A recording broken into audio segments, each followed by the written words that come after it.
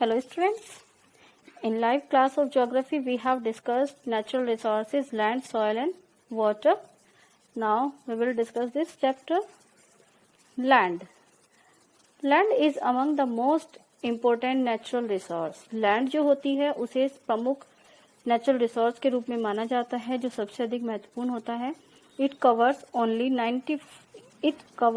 only about 30% of total areas of the earth surface. यह हमारी land area का लगभग हमारी अर्थ का 30% एरिया कवर करता है. And this small percentage are not habitable. और उसमें से भी कुछ परसेंटेज एरिया ऐसा है जो रहने योग्य नहीं है. The uneven distribution of population is different in different parts of the world is mainly due to variety characteristics of land and climate. जो अनइवन डिस्ट्रीब्यूशन होता है, लैंड का जो अनइवन डिस्ट्रीब्यूशन होता है वो अलग अलग एरियाज में, उसके मेन कारण होते हैं वेराइड कैरेक्टरिस्टिक्स, अलग अलग विशेषताएं, लैंड की विशेषताएं और क्लाइमेट. इन कंडीशंस के कारण जो अनइवन डिस्ट्रीब्यूशन होता है लैंड का वो हमें देखने को मिलता है. द रग टोपोग्राफी, जो रग टोपोग्राफी होती है यानी ऊपरी सरफेस जो अलग होता है, स्टीप स्लोप्स ऑफ माउंटेन्स, जो माउंटेन्स के स्लोप्स एरियाज होते हैं, low lying areas susceptible for water logging, low lying निचले स्तर पर ऐसे एरियाज जहां पर पानी की भराव की समस्या देखने को मिलती है, या फिर डेजर्ट एरियाज होते हैं. थिक फॉरेस्टेड एरियाज होते हैं, घने जंगल होते हैं, और नॉर्मली स्पार्सली पॉपुलेटेड और अनहिबिटेड. ये एरियाज ऐसे होते हैं जहां पर या तो बहुत कम जनसंख्या पाई जाती है या इनहैबिटेड होते हैं, यानी यहाँ पर कोई जनसंख्या नहीं पाई जाती. Plains and rivers valleys offer suitables, जो प्लेन एरियाज होते हैं, मैदानी इलाके होते हैं, और रिवर्स के घाटी एरिया होते हैं, वहाँ की जो लैंड होती है वो बहुत अधिक स्वीटेबल होती है एग्रीकल्चर के लिए. इस कारण से ये एरियाज बहुत अधिक जनसंख्या वाले पाए जाते हैं, यानी पूरे वर्ल्ड में इन एरियाज में जनसंख्या का जो लेवल होता है वो अधिक होता है. लैंड यूज कैसे होता है?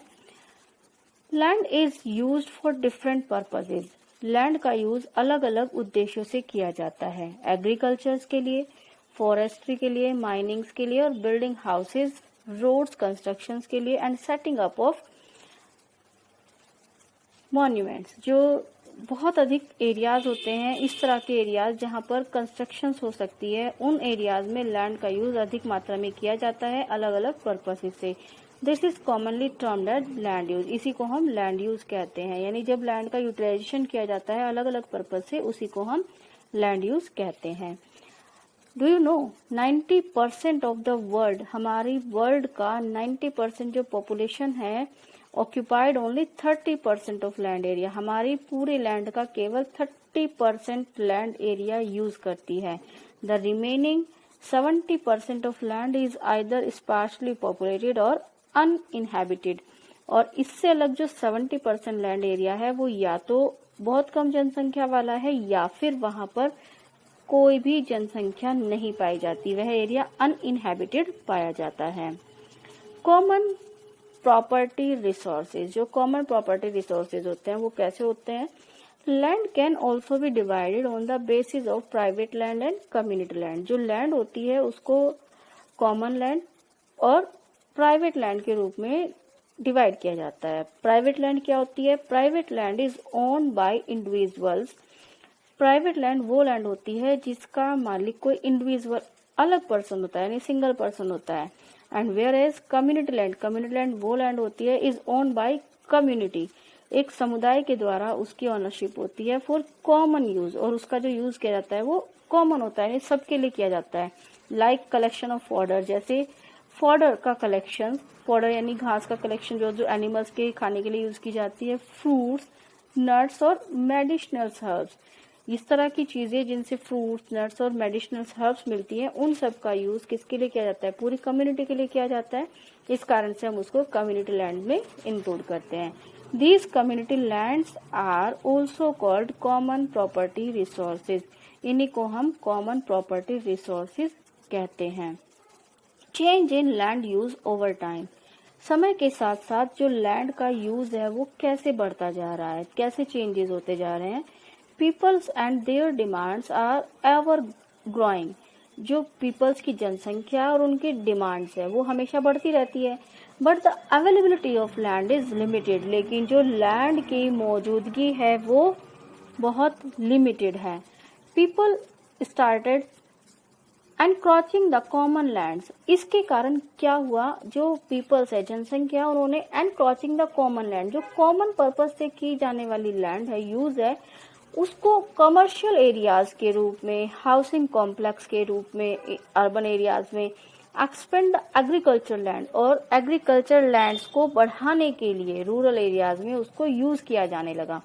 देखो बच्चों, इसका क्या मतलब है, जो जनसंख्या है, पॉपुलेशन है, जैसे जैसे वो इंक्रीज होती गई, जंगलों को काटा गया, वहां पर फैक्ट्रीज बनाई गई, हाउसिंग कॉम्प्लेक्स एरियाज डेवलप किए गए और एग्रीकल्चर लैंड के रूप में जमीन को यूज किया जाने लगा, जिसके कारण जो लैंड है उसका स्तर बढ़ता जा रहा है, एवर यूज उसका होता जा रहा है।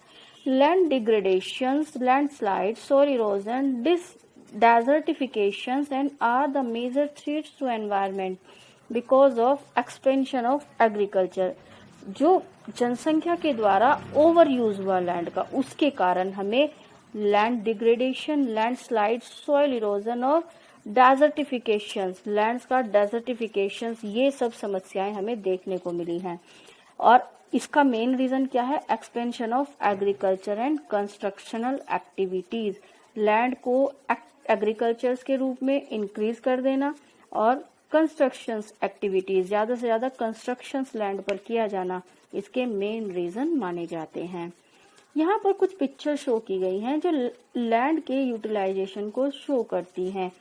कहीं पर जो लैंड का यूज है वो एग्रीकल्चर के रूप में हो रहा है, कहीं कंस्ट्रक्शन, हाउसिंग बनाकर डिफरेंट एरियाज में हाउसिंग के रूप में होता है, रोड्स यातायात के रूप में, फैक्ट्रीज, यहाँ पर फैक्ट्रीज के रूप में, एंड यहाँ पर एक बिग सिटीज में अलग अलग एरियाज को कॉम्प्लेक्स बनाकर यूज किया गया है।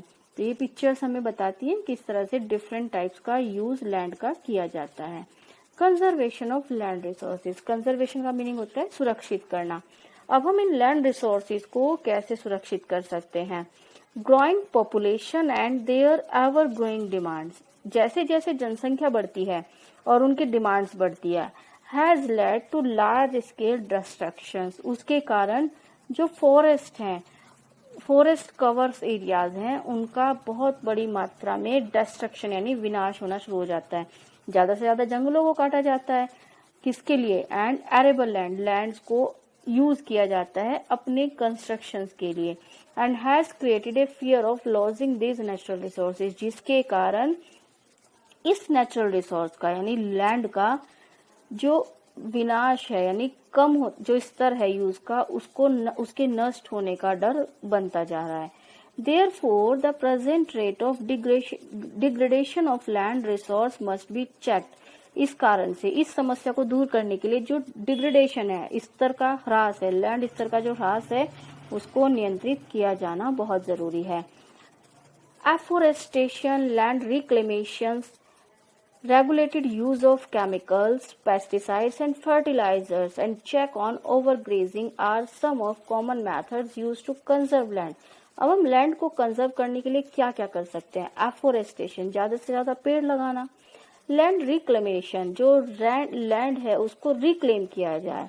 Regulated use of chemical and pesticides and fertilisers, जो पेस्टिसाइड कीटनाशक दवाएं हैं, उर्वरक होती हैं, खेती में यूज की जाती हैं, उनका जो यूज है वो रेगुलेटेड होना चाहिए यानी नियंत्रित होना चाहिए। और एनिमल्स को चराने के लिए जो लैंड्स का यूज किया जाता है उसको भी नियंत्रित किया जाना चाहिए। ये सब कॉमन मेथड्स हैं जिनको हम लैंड के कंजर्वेशन के लिए यूज कर सकते हैं। लैंडस्लाइड्स यानी जमीन का फटना। Landslides are simply defined as the mass movements of rock. जो लैंडस्लाइड्स है उसको साधारण रूप में हम डिफाइन कर देते हैं मास मूवमेंट्स ऑफ रॉक, चट्टानों के नॉर्मल मूवमेंट जो होते हैं। डाब्रीज और अर्थ डाउन ए स्लोप, जिसके कारण जो हमारी अर्थ है वो डाउन स्लोप में चली जाती है यानी कि हमें जमीन फटती हुई नजर आती है। They often take place in conjunction with earthquake, floods and volcanoes. जो ये लैंडस्लाइड्स की एक्टिविटी होती है ये हमें अर्थक्वेक, फ्लड्स और वोल्केनोज के रूप में दिखाई देती है। ए prolonged spells of rainfall can cause heavy landslides. जब बहुत बड़ी मात्रा में heavy rainfall होता है, लगातार continuous rainfall होता है, उसके कारण हमें landslides की जो मात्रा है वो बहुत बड़ी मात्रा में दिखाई देती है. That can block the flow of river. बहुत अधिक over rainfall के कारण जो flow of river होती है वो block हो जाते हैं थोड़े समय के लिए. The formation of river blocks can cause shock of settlements downstream, जिसके कारण जो सेटलमेंट्स का स्तर होता है वो नीचे की ओर चला जाता है, ऑन इट्स ब्रस्टिंग, अपने विनाश की ओर. In the hilly terrain landslide, जो हिली एरियाज होते हैं यानी पहाड़ी एरियाज होते हैं, वहां पे landslides have been a major and widely spread natural disaster. वहां के एरियाज में जो इस तरह का जमीन का फटना है, लैंडस्लाइड्स है, वो बहुत बड़ी मात्रा में प्राकृतिक संकट के रूप में देखा जाता है, जिसके कारण स्ट्राइक लाइफ एंड प्रॉपर्टी, विनाश हमें देखने को मिलता है प्रॉपर्टी का और जीवन का. And occupy a position of major concern, और यह एक बड़ी चिंता का विषय भी माना जाता है.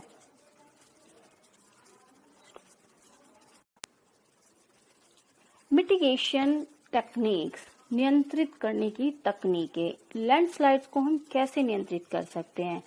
Hazard mapping, locate areas prone to landslides.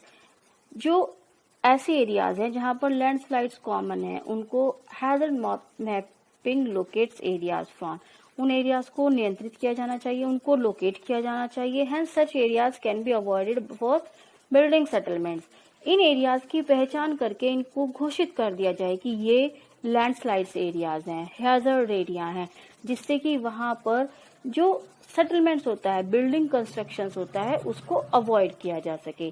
Construction of retention walls to stop lands from sleeping. जो लैंड्स हैं उनको स्लीपिंग से रोकने के लिए यानी कि फटने से रोकने के लिए वहां पर रिटेंशन वॉल्स को कंस्ट्रक्ट किया जाना चाहिए. The surface drainage controls works are implemented. जो हमारी पृथ्वी पर ड्रेनेज सिस्टम है यानी कि पानी का व्यवस्थाकरण है, पानी की व्यवस्था है, उसको नियंत्रित किया जाना चाहिए. And the movement of landslides along with rain water and spring flow, जिससे कि जैसे जैसे रेनफॉल होता है और फ्लो ओवरफ्लो होता है रिवर से, उसके साथ जो लैंडस्लाइड्स है उसको कंट्रोल किया जा सके. सॉइल यानी मिट्टी. यहाँ पर एक डायग्राम आपको शो हो रहा है. इसमें सॉइल प्रोफाइल को शो किया गया है. जो ऊपरी लेयर होती है हमारी top soil with humus and vegetation, जहाँ पर हमारी वेजिटेशन यानी कि हम उपजाऊपन के लिए यूज की जाती है. यहाँ पर हम खेती करते हैं, उसको उसमें जो मात्रा होती है वो ह्यूमस की बड़ी मात्रा पाई जाती है. उसके बाद आपकी सेकंड लेयर होती है subsoil with sand, cells and clay. यह वो लेयर है जिसमें सैंड, सेल्स और क्ले की मात्रा बड़ी मात्रा में पाई जाती है. ये वेदरिंग रॉक मटेरियल्स, निचले लेयर्स में वेदरिंग रॉक मटेरियल्स पाए जाते हैं. एंड पेरेंट्स रॉक जहाँ पर पथरीला एरिया नीचे की लैंड का पाया जाता है. Do you know it takes hundreds of years to make just 1 centimetre of soil. अगर हमें केवल 1 सेंटीमीटर ओनली सॉइल का निर्माण करना है तो उसके निर्माण में आपको पता है 100 इयर्स का लॉन्ग टाइम लगता है. तो हमारे लिए सॉइल का जो कंजर्वेशन है वो भी बहुत जरूरी है, क्योंकि सॉइल के निर्माण में बहुत लंबा टाइम लगता है. Soil is one of the major natural resource. Soil को भी हम प्रमुख नेचुरल रिसोर्स के रूप में जानते हैं, जैसे कि हमारा एयर है और वाटर है. Soil is the top most layer of the earth crust. हमारी पृथ्वी की ऊपरी परत जो हमें मिट्टी के रूप में दिखाई देती है उसी को हम सॉइल कहते हैं. Is a mixture of fine powdered rock. यह मिक्सचर होता है फाइन, बहुत उच्च क्वालिटी की रॉक्स का, ऑर्गेनिक मैटर्स का, लिक्विड्स का, मेरिट्स ऑर्गेनिजम्स का एंड अदर मिनरल्स का. It act as interferes between. यह एक एक्ट करता है एक इंटरफेस का यानी कि कनेक्शंस का between hydrosphere, lithosphere, earth atmosphere and biosphere. इन सब के बीच एक कनेक्शन का काम सॉइल करती है. इन सब चारों चीजों के बारे में यानी हाइड्रोस्फीयर, लिथोस्फीयर, एटमॉस्फेयर और बायोस्फीयर का आप प्रीमिड में ऑलरेडी पढ़ चुके हो. The proportion of the key ingredients determines the types of soil. जो मात्रा होती है इन की इंग्रेडिएंट्स की वह निश्चित करती है सॉइल के टाइप्स को, यानी इन्हीं के आधार पर मिट्टी के प्रकार निर्धारित होते हैं. Factors of soil formation. Soil formation के कौन कौन से फैक्टर्स होते हैं? सॉइल का निर्माण जो होता है उसमें बहुत सारे फैक्टर्स उत्तरदायी होते हैं। Climate, time, parents rocks, relief, flora and fauna यानी कि वन्य जीवन व्यवस्था और वनस्पति, ये सब फैक्टर्स हैं जो सॉइल के निर्माण में भूमिका अदा करते हैं। Soils in India. भारत में सॉइल्स के कितने टाइप्स मेजर रूप में देखे जाते हैं? वैसे तो टाइप्स जो होते हैं सॉइल्स के बहुत सारे होते हैं, लेकिन मेजर टाइप्स के रूप में हम इंक्लूड करते हैं alluvial soil, red soil, black soil, laterite soil and desert soil and mountain soil. ये सब हमारे टाइप्स हैं जो मेजर रूप में इंडिया में पाए जाते हैं। एलुवियल सॉइल, यहाँ पर एक पिक्चर शो हो रही है जिसमें एलुवियल सॉइल को दिखाया गया है। जो एलुवियल सॉइल है उसका जो फॉर्मेशन होता है वो रिवर्स फ्लो यानी पानी के बहाव के साथ, रिवर्स में जो पानी का बहाव होता है उसके कारण जो मिट्टी बहकर आती है पहाड़ों से, उसका डिपोजिशन जब लैंड एरियाज पे होता रहता है, उसके कारण हमारा एलुवियल सॉइल का निर्माण होता है। Alluvial soil is found when a soil carrying stream gradually loses its carrying capacity with decreasing velocity. Alluvial soil का निर्माण तब होता है जब जो मिट्टी होती है वो स्ट्रीम के साथ यानी पानी की धारा के साथ इकट्ठा होती रहती है और अपनी कैपेसिटी के अनुकूल velocity, capacity with decreasing velocity, बढ़ती हुई वेलोसिटी के साथ कैरिंग होती रहती है, इकट्ठा होती रहती है। इन स्लोइंग डाउन एरियाज में a river does not have sufficient powder to keep. जो पानी होता है रिवर्स का उसकी इतनी कैपेसिटी नहीं होती कि वो मिट्टी को अपने साथ बहा कर लेती जाए। धीरे धीरे वो एरियाज जो मिट्टी के कण होते हैं वो इकट्ठा होते रहते हैं, इकट्ठा हो जाते हैं एक एरियाज पर आकर, और these particles settled into river beds. और कुछ पार्टिकल्स ऐसे होते हैं जो नदी की तलहटी में, रिवर बेड्स में भी स्टोर हो जाते हैं। Further decreasing in velocity cause smaller particles to settle. जैसे जैसे वेलोसिटी बढ़ती है उसके कारण जो पार्टिकल्स होते हैं, छोटे छोटे कण होते हैं, वो सेटल होते जाते हैं। दीज पार्टिकल्स आर डिपॉजिटेड, ये पार्टिकल्स डिपॉजिट हो जाते हैं। And finally at the mouth of river, जो रिवर का माउथ होता है यानी जहाँ से रिवर ओरिजिनेट होती है उसके माउथ पर ये डिपॉजिट होते रहते हैं, जहाँ पर डेल्टास की फॉर्मेशन होती है। और इन डेल्टास की जो मिट्टी होती है वो फाइन ग्रेन सॉइल होती है यानी बहुत अधिक उपजाऊ मिट्टी पाई जाती है। माउंटेन सॉइल, माउंटेन एरियाज में जो सॉइल होती है उसी को ही हम माउंटेन सॉइल के नाम से जानते हैं। Mountain soil found in hill slopes यानी पहाड़ी के उतराव वाले जो स्लोप्स होते हैं वहां पर माउंटेन सॉइल पाई जाती है। Formed by deposition of organic matters from forest से निकलने वाले ऑर्गेनिक मैटर्स के डिपोजिशन के साथ इस मिट्टी का निर्माण होता है। इसमें ह्यूम्स की मात्रा बहुत अधिक पाई जाती है, लेकिन पुअर इन पोटाशियम लाइम, जो लाइम और पोटाश होते हैं वो इस मिट्टी में नहीं पाए जाते। मेन एरियाज जो माउंटेन सॉइल के होते हैं वो आसाम, कश्मीर, सिक्किम, अरुणाचल प्रदेश पाए जाते हैं। और मेन क्रॉप्स जो होती हैं वो होती हैं T, coffee, spices and tropical fruits, यानी माउंटेन एरियाज में पाए जाने वाले फ्रूट्स यहाँ पर उगाए जाते हैं। डेजर्ट सॉइल, डेजर्ट यानी रेगिस्तान, रेगिस्तान में पाई जाने वाली मिट्टी को हम डेजर्ट सॉइल कहते हैं।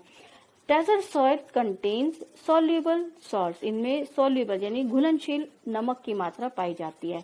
ऑर्गेनेटेड by mechanical disintegrations and with deposited, यह निर्मित होती है मैकेनिकल डिसइंटीग्रेशंस और विद डिपॉजिट्स के साथ यानी हवा के बहाव के साथ यह मिट्टी डिपॉजिट होती रहती है। पोरस एंड कोर्स, यह बहुत ढीली मिट्टी होती है और कोर्स फैली हुई होती है। यहाँ पर जो मात्रा होती है वो 90% सैंड एंड 5% ओनली क्ले होता है। इसमें नाइट्रेट्स और फास्फोरस की मात्रा पाई जाती है, लेकिन नाइट्रोजन और ह्यूमस की मात्रा बहुत कम होती है जो कि खेती के लिए बहुत जरूरी होती है। Friable and Sandy and low moist contain, यह मिट्टी बहुत सैंडी होती है और लो मॉइस्ट होती है यानी नमी की मात्रा बहुत कम पाई जाती है। और यह मिट्टी लगभग फैली हुई है 1.4 लाख स्क्वायर किलोमीटर तक डेजर्ट सॉइल फैली हुई है। Laterite soil, laterite soil is Latin words meaning bricks, इसको वर्ड को हम लैटिन वर्ड से लिया गया है जिसका मीनिंग होता है ब्रिक्स। नाम से ही इसके पता चलता है इस मिट्टी का निर्माण, इस मिट्टी का जो प्रयोग होता है वो ईंटें बनाने के लिए किया जाता है। फॉर्म्ड अंडर हाई टेम्परेचर, जो कि हाई टेम्परेचर के अंतर्गत, and rainfall with wet and dry spell, ऐसे इसमें जहां पर rainfall with wet and dry spell पे पाई जाती है। Silica is leached due to high rainfall, high rainfall के कारण इसमें से जो सिलिका का एलिमेंट होता है वो बह जाता है, बिखर जाता है। Remnants of iron and aluminium oxides left behind is known as laterite, जब बहाव हो जाता है आयरन और aluminium oxide left behind is known as laterite, तो जो आयरन और एल्यूमिनियम का बहाव जो पीछे छूट जाता है उसके कारण जब लेटराइट मिट्टी का निर्माण होता है। यह ब्राउन और येलो कलर की होती है and becomes hard when exposed to atmosphere, और एटमॉस्फेयर के संपर्क में आने के कारण यह हार्ड हो जाती है। यूज्ड एज बिल्डिंग मटेरियल्स, और इसका यूज बिल्डिंग मटेरियल्स के रूप में किया जाता है। Red soil form due to wedging of old crystalline rock, जो रेड सॉइल होती है उसका निर्माण ओल्ड क्रिस्टलाइन रॉक्स के टूटने से होता है। यह बहुत अधिक सैंडी होती है एंड लेस क्लेई होती है, यानी कम मात्रा में क्लेई होती है। इसमें आयरन की मात्रा ज्यादा पाई जाती है और जो ह्यूमस की अमाउंट होती है वो बहुत कम होती है। यह पुअर मानी जाती है फास्फोरस, नाइट्रोजन और लाइम की कैटेगरी के हिसाब से। यह बहुत कुछ स्लाइटली एसिडिक होती है, यानी इसमें थोड़ी सी एसिड की मात्रा भी पाई जाती है। And do not retain moisture, और मॉइस्चर को यह ऑब्जर्व नहीं करती। 3.5 लाख स्क्वायर किलोमीटर एरिया होता है जो रेड सॉइल से कवर्ड है। एंड पोरस एंड फ्राइडेबल, यह पोरस और फ्राइडेबल होती है। ब्लैक सॉइल यानी काली मिट्टी। Black soil also known as regur and black cotton soil, जो ब्लैक सॉइल होती है उसको लोकल नेम के रूप में रीगर और ब्लैक कॉटन सॉइल के नाम से जाना जाता है। यह डार्क ग्रे से लेकर ब्लैक कलर की पाई जाती है।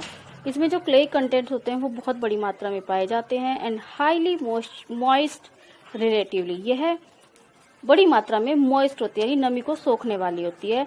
लेकिन इसमें समर सीजन में क्रैक्स पड़ जाते हैं, यानी यह मिट्टी क्रैक्स वाली हो जाती है। यह लगभग 5.4 स्क्वायर किलोमीटर एरिया को कवर करती है and highly suitable for cotton, और कॉटन के उत्पादन के लिए बहुत अधिक स्वीटेबल होती है। इसमें आयरन की मात्रा अधिक होती है। लाइम, कैल्शियम, मैग्नीशियम कार्बोनेट्स और एल्यूमिनिया, ये सब तत्व इसमें बड़ी मात्रा में पाए जाते हैं। Next is degradation of soil. Degradation का मीनिंग होता है ह्रास, यानी नष्ट होना, मिट्टी का नष्ट होना। Soil erosion and depletion are major threats of soil as a resource. जो सॉइल इरोजन और डिप्लेशन होता है, मिट्टी का ह्रास होता है, ये मेजर थ्रेट्स के रूप में जाने जाते हैं। और इसके लिए human activities and natural factors दोनों वर्क करते हैं, यानी इन दोनों फैक्टर्स के कारण मिट्टी का ह्रास होता है। जो फैक्टर्स मिट्टी के ह्रास के लिए कारण उत्तरदायी होते हैं उसमें शामिल है deforestation, over grazing, over use of chemical fertilisers, pesticides, rain wash, landslides and floods. ये सब मेन रीजन होते हैं जो मिट्टी के ह्रास के लिए उत्तरदायी होते हैं। कंजर्वेशन मेजर, कंजर्वेशन यानी सुरक्षात्मक कदम। इनके लिए सुरक्षात्मक कदम कौन से होने चाहिए? इनके लिए जो सुरक्षात्मक कदम उठाए जाते हैं वो है मल्चिंग। अलग अलग मेथड्स हैं जो यूज किए जाते हैं। Mulching, the bare ground between plants के बीच में ग्राउंड्स को छोड़ देना, कवर कर देना लेयर्स के रूप में, ऑर्गेनिक मटेरियल्स के रूप में, जो सॉइल मॉइस्चर्स को रिटेन करते हैं।